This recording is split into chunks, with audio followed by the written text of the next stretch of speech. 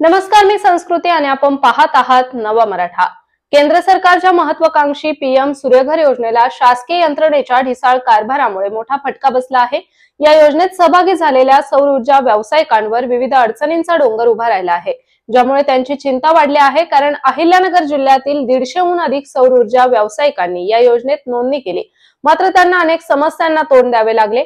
वारंवार पोर्टलमध्ये बदल करणे, डीसीआर पोर्टल आणि महावितरण यांच्या बिलिंग प्रक्रियेतील संदिग्धता, मागणी आणि पुरवठ्यातील मोठी तफावत आणि डीसीआर सेलची कमतरता यामुळे काम करणे कठीण झाले।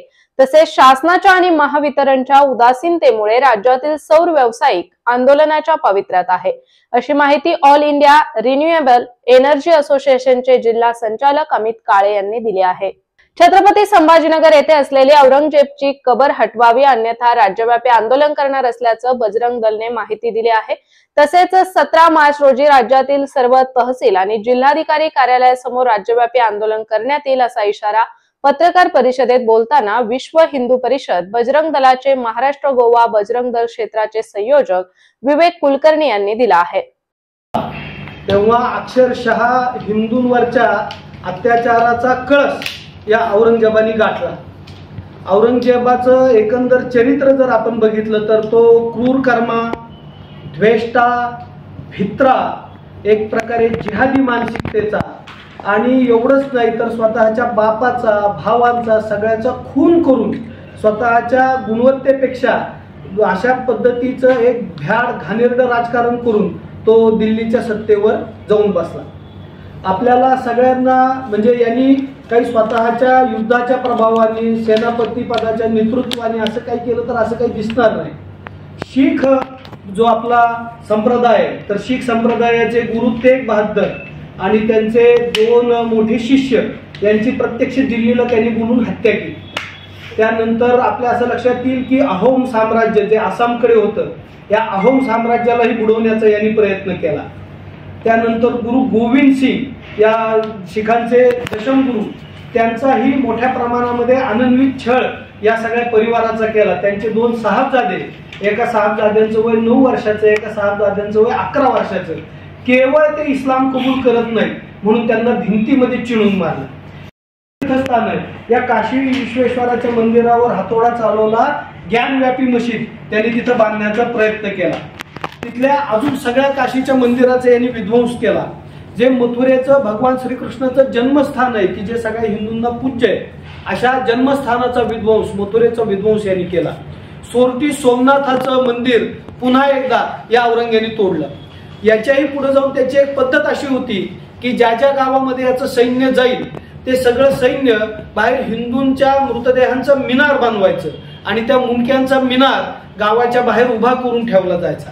अनेक झाडांना, गावाच्या विशीवरच्या अनेक झाडांना हिंदूंच्या मृतदेहाचे, त्यात स्त्रिया आहेत, त्यात पुरुष आहेत, बालक आहेत, युवक आहेत, युवती आहेत, अशा मृतदेहांना बाहेर टांगलं जायचं आणि त्याची सगळी दुर्गंधी त्या गावामध्ये पसरायची की जर तुम्ही आता इस्लामच्या विरोधात काही कराल किंवा याच्या संदर्भात काही कराल तर तुमची अवस्था याच पद्धतीने करू, हा संदेश द्यायचा प्रयत्न होता। अक्षरशः लाखो हिंदूंचं धर्मांतर या औरंगजेबाने केलं। याचा परमोच्च कळस की शिवछत्रपतींनाही त्यांनी आग्र्याला बोलून स्वतःच्या राज्याभिषेकाच्या वाढदिवसाच्या दिवशी अटक करण्याचा प्रयत्न केला, पण शिवछत्रपती स्वतःच्या चातुर्याने त्या औरंगजेबाच्या त्या सगळ्या अटकेमधून सुटले। पण त्याच्याही पुढे जाऊन जर आपण बघितलं तर छत्रपती संभाजी महाराजांविरुद्ध आघाडी उघडताना ही आघाडी राजकीय नसून स्पष्टपणे धार्मिक आघाडी होती। आपण समजू शकतो 2 राजकीय सत्तांचं युद्ध असू शकतं, पण हे युद्ध राजकीय होतं का? तर राजकीय हे युद्ध नव्हतं, हे स्पष्टपणे धार्मिक होतं। आणि जेव्हा संभाजी महाराजांना पकडण्यात आलं तेव्हा संभाजी महाराजांचा 40 दिवस झालेला अतोनात छळ हा केवळ संभाजी महाराज इस्लाम स्वीकारत नाहीत म्हणून झाला। 40 दिवस, एक दिवस अंगावरची त्वचा काढण्यात आली, दुसऱ्या दिवशी नख काढण्यात आली, तिसऱ्या दिवशी डोळे काढण्यात आले, चौथ्या दिवशी जीभ काढण्यात आली। प्रत्येक दिवशी त्यांच्या अंगाची त्वचा एका अशा शस्त्रांनी काढण्यात यायची, दुसऱ्या दिवशी त्याच्यावर खपली आली की परत दुसऱ्या दिवशी सकाळी ती त्वचा काढण्यात यायची। एवढा भयंकर छळ हा संभाजी महाराजांचा करण्यात आला। त्याच्याही आपण संभाजी महाराजांनी जे आपलं बलिदान दिलं ते अतिशय धीरोदत्तपणे एक साहसी बलिदान आपण ते म्हणू शकू। आता संभाजी महाराजांच्या महाराणी साहेब येसुबाई साहेब आणि त्यांचे पुत्र शाहू महाराज यांना औरंगजेबाने नंतर कैद केलं.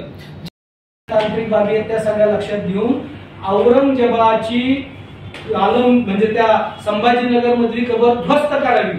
त्याचबरोबर आलमगीर नावानी ज्या ठिकाणी जे जे काही असेल ते सगळं ध्वस्त करावं. नगरमध्ये सुद्धा भिंगारला ज्या पद्धतीने औरंगजेबाच्या त्या ठिकाणाचं उदात्तीकरण होतंय ते सुद्धा उदात्तीकरण थांबवून ते ध्वस्त करावं. आपल्या सगळ्यांना सांगताना आश्चर्य वाटेल की हे सगळे मॉन्युमेंट हे सगळे पुरातत्व विभागाच्या अंतर्गत आहे. पुरातत्व विभाग हा सर्वसामान्य हिंदूंच्या करावर चालतो आणि हा जो पुरातत्व विभाग आहे तो या पद्धतीने या सगळ्या कबरींना मेंटेन करतो. या पद्धतीने बळ दिलं जातं याचाही आपण विचार करणं भाग आहे. आता या ठिकाणी प्रश्न असा निर्माण होतो की मग इथला देशातला आदर्श कोण? जर नगर जिल्ह्यामध्ये नगर शहरामध्ये औरंगजेबाचे बोट घेऊन राष्ट्रनिष्ठा असू शकतील, या देशाशी एक निष्ठा असू शकतील, इथल्या देशावर ते प्रेम करू शकतील याचाही त्यांनी विचार करावा. या देशाचा आदर्श जरूर अब्दुल कलाम असावेत, अब्दुल हमीद असावेत, रसखान असावेत, शेख मोहम्मद बाबा असावेत. आपल्या या सगळ्या आदर्शांवर चालणे हे ठीक आहे, पण आमचा आदर्श कोणतरी औरंगजेब आहे आणि आम्ही मनोविकृत या पद्धतीने आमचं उंगळवानं जर प्रदर्शन करू तर त्याचाही पुन्हा एकदा विचार करण्याची गरज आहे. आणि समाजामध्ये हिंदू समाज कधी तेढ निर्माण करत नाहीये, ही तेढ जाणीवपूर्वक तुमच्याकडून निर्माण होतीये. आणि मग हिंदू समाजाने जर काही प्रत्युत्तर दिलं तर या संदर्भाने कुणीही तक्रार करण्याची काही मला नाही वाटत आवश्यकता किंवा तो आपसूक काही विषय त्या ठिकाणी निर्माण होऊ शकेल. अहमदनगर येथील सहकार क्षेत्रातील तज्ञ ॲडव्होकेट राजू गाली यांनी महाराष्ट्रातील पतसंस्थांच्या अडचणींबाबत चिंता व्यक्त केली आहे. कर्ज वसुलीसाठी असलेले सध्याचे सौम्य धोरण आणि 1960च्या सहकार कायद्यातील त्रुटींमुळे अनेक पतसंस्था आर्थिक अडचणीत सापडत आहे असे त्यांचे मत आहे. त्यामुळे सहकार कायद्यातील सुधारणा आवश्यक असल्याचे त्यांनी म्हटले आहे. अन्न आणि औषध प्रशासनाने शहरातील जिल्ह्यातील दुग्धजन्य पदार्थातील भेसळ रोखण्यासाठी विशेष मोहीम हाती घेतली आहे. तपासणीसाठी दुधाचे 127 तर पनीरचे 7 नमुने घेण्यात आले आहे. 1 जानेवारी ते 13 मार्च या कालावधीत अन्न आणि औषध प्रशासनाने शहरासह जिल्ह्यातून संशयावरून दुधाचे 127 नमुने तपासणीसाठी ताब्यात घेतले. त्यापैकी 78 नमुन्यांचे अहवाल प्रशासनाला प्राप्त झाले आहेत. या अहवालानुसार दुधाच्या 78 नमुन्यात भेसळ आढळली नाही. अद्याप 38 नमुने प्रयोगशाळेत प्रलंबित आहेत अशी माहिती अन्न औषध प्रशासनाचे सहाय्यक आयुक्त सोपान इंगळे यांनी दिली. अहिल्यानगर येथील अभिनेत्री शमीम शेख अली देवी अहिल्यानगर या हिंदी नाटकात पुण्यश्लोक अहिल्यादेवी होळकर यांची प्रमुख भूमिका साकारणार आहे. पुण्यश्लोक अहिल्यादेवी होळकर यांचे हे 300वे जयंती वर्ष आहे. हे औचित्य साधून भोपाळ येथील अनिल दुबे यांनी देवी अहिल्याबाई हे नाटक रंगमंचावर आणले आहे. या नाटकाचे लेखन अनिल दुबे आणि कविता गांधी यांनी केले आहे. नागरिकांच्या सुविधेसाठी धर्मदाय आयुक्त कार्यालय आणि पोलीस अधीक्षक कार्यालयात लिफ्ट बसवण्याची मागणी सुभाष मुथा यांनी पालकमंत्र्यांकडे करण्यात आली आहे. पालकमंत्री राधाकृष्ण विखे पाटील 16 मार्च रोजी अहिल्यानगर शहरात नागरिकांच्या भेटीसाठी उपलब्ध असणार आहेत. ते दुपारी 1:30 ते 5 वाजेपर्यंत जुन्या जिल्हाधिकारी कार्यालयात नागरिकांच्या भेटीसाठी उपस्थित राहणार आहेत. अहिल्यानगर शहरात वाढत्या गुन्हेगारीला आळा घालण्यासाठी पोलीस यंत्रणा सक्रिय झाली आहे. अवैध धंद्यांवर धाडी टाकणे, हत्यारे जप्त करणे आणि प्रलंबित गुन्ह्यांची उकल करणे यांसारख्या विविध उपाययोजना पोलिसांनी हाती घेतल्या आहेत. स्थानिक गुन्हे शाखा आणि शहरातील कोतवाली, तोफखाना, भिंगार कॅम्प, नगर तालुका, MIDC पोलिसांनी गेल्या काही दिवसात अनेक अवैध धंद्यांवर धाडी टाकल्या आहे. तसेच तलवार, कोयता यांसारखी धारदार हत्यारे बाळगणाऱ्यांना देखील अटक केली आहे. अहिल्यानगर जिल्ह्यातील 4 दंतवैद्य जर्मनीतील आंतरराष्ट्रीय दंत परिषदेत सहभागी होणार आहे. जर्मनीतील कोलोन येथे 25 ते 29 मार्च दरम्यान होणाऱ्या आंतरराष्ट्रीय दंत परिषदेत जगभरातील दंतवैद्य सहभागी होणार आहे. या परिषदेत अहिल्यानगर जिल्ह्यातून डॉक्टर विवेकानंद चंडे, डॉक्टर विनोद मोरे, डॉक्टर भाऊसाहेब लांडे आणि डॉक्टर ओंकार कुलकर्णी हे सहभागी होणार आहेत. स्त्रीरोग आणि गर्भ औषध विशेषज्ञ डॉक्टर हिरल चौधरी यांची OPD सेवा आनंद ऋषीजी हॉस्पिटलमध्ये सुरू झाली आहे. डॉक्टर हिरल चौधरी यांची OPD सेवा दररोज सकाळी 9 ते 11:30 आणि सायंकाळी 4 ते 6 या वेळेत सुरू असेल. मशिदीत चेष्टा मस्करी करू नका असे सांगितल्याने 6 जणांच्या टोळक्याने तरुणाला मारहाण केली. तसेच दुकान आणि मोटरसायकलचे नुकसान केले. नाझीम मोहम्मद अली शेख यांनी भिंगार कॅम्प पोलीस ठाण्यात फिर्याद दिली आहे. फिर्यादीत नाझीम शेख हे गौसिया मशिदीत नमाज पठण करण्यासाठी गेले असता मशिदीत आदिल शेख उर्फ मुन्ना, अदनान आदिल शेख, अफनान शेख, हसनान आदिल शाह, नाजिस सादिश शेख, साजिद शेख एकत्र जमून चेष्टा मस्करी करत होते। त्यावेळी ही घटना घडलेली आहे। चालू थी नमाज चालू में कुछ हरकत करे बच्चे लोगों ने, तो नाजिम उनको समझाया कि भाई ऐसे हरकत मत करो। तो वो लोगों ने नमाज के बाद में बाहर आने के बाद में उसको चॉपर से यहाँ पे मारे नाजिम को मारने के बाद में हम लोग सब छुड़ाने को गए तो मेरे भी हाथ को लग गए लाई, मेरे भी हाथ को चॉपर लगे हुआ है। तो वो मार के सब लोग भाग गए। 8 से 10 लड़के थे वो लोग। कुछ पहचानते क्या उसको? पहचानते तो नहीं, हम कभी देखे नहीं उनको। साला वो वाबड़ी कॉलोनी में रहते, इतना मालूम है।